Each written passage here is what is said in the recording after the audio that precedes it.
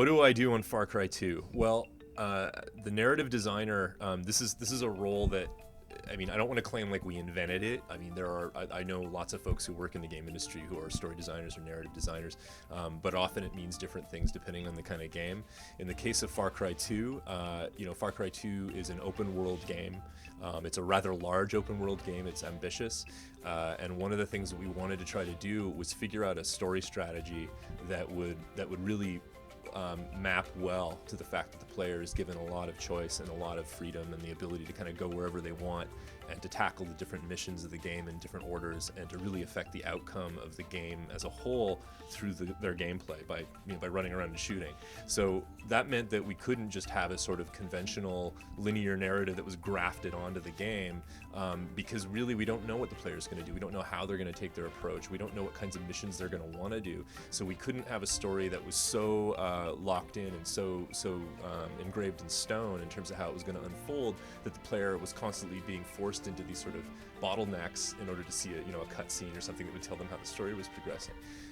That meant we needed to do something which we call sort of dynamically sort of procedurally managed narrative, right? The idea that the story is being assembled on the fly by the game systems, depending on what the player's doing in the game. So that's a roundabout way of saying that my job has been to work as part of the game design team, first and foremost, to make sure that that story progression is really built into the gameplay experience, that it's not something that's kind of sitting off in a parallel world from the rest of the game, but that it's completely integrated and that the player feels like when they're playing the game, they're playing the story.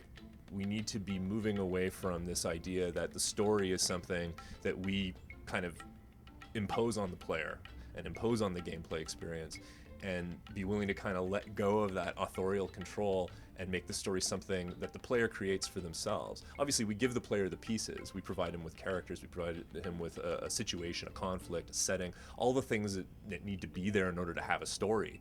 But what we're saying is that it's the player's actions, the player's choices in the game that are causing the story to come together in a recognizable way that feels like a narrative, that feels like an adventure, that feels like the player's kind of own personal journey.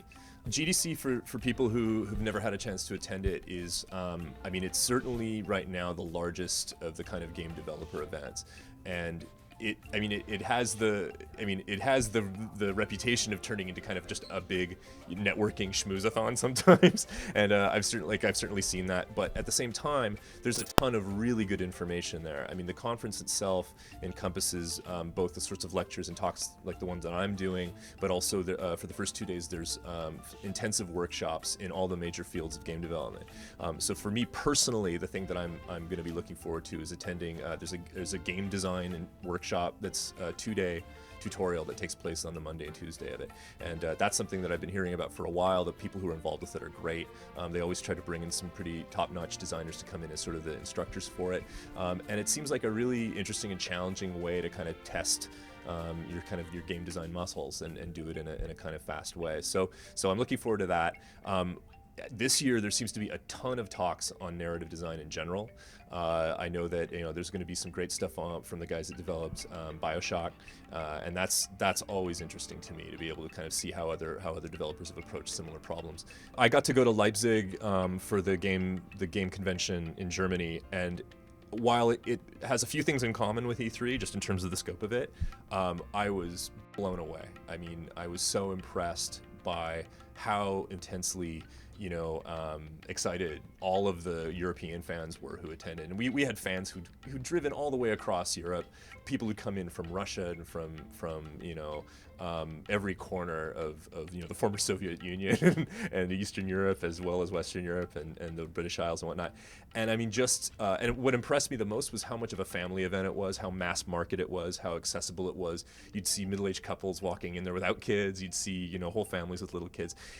Like a really different attitude, and it was kind of neat to see it, and neat to see what other kinds of games are doing well in the European market. For us as Far Cry, going there and going to Germany, which is like the home of the original Far Cry, kind of stepping into Crytek's turf right when Crysis was kind of hitting the forefront of everyone's awareness, and it was really neat for us to both be there and see each other's games and even talk to their developers, and we kind of realized, you know what, we're two different games totally, and that's actually really cool. what's impressed me, just strictly even from just the technology and from the graphical values of the game, has been that, you know, we showed our kind of initial demo at Leipzig last summer, summer of 2007, and it was impressive, and everybody looked at it and went, wow, this looks really, really good. And having worked on it for a couple years before that, you know, I knew how far we had come, and it was really neat to see that. By November, when we had produced the next set of kind of demos that we showed to the press and to the distributors in Europe and North America, the quality had been raised so much more that when we looked at the Leipzig demo, it was almost like, ooh, you know, like, should we, you know, I mean, it still looks amazing, but we're like, oh man, but it doesn't have this, and it doesn't have this, and it doesn't have this. And honestly, like, even knowing now what the team has been up to in terms of how they've been optimizing the game world and optimizing the streaming and making the graphics work and making, you know, all this stuff, plus all of the new AI features, the new AI behaviors, all of the new kind of dynamic story elements that I've been talking about, knowing that stuff is coming, seeing some of the stuff that's been implemented since then, I'm just blown away. Like, the game just keeps getting better. And every new build has some new, new revelation for those of us who maybe haven't been directly involved with that particular piece of it. And that's amazing.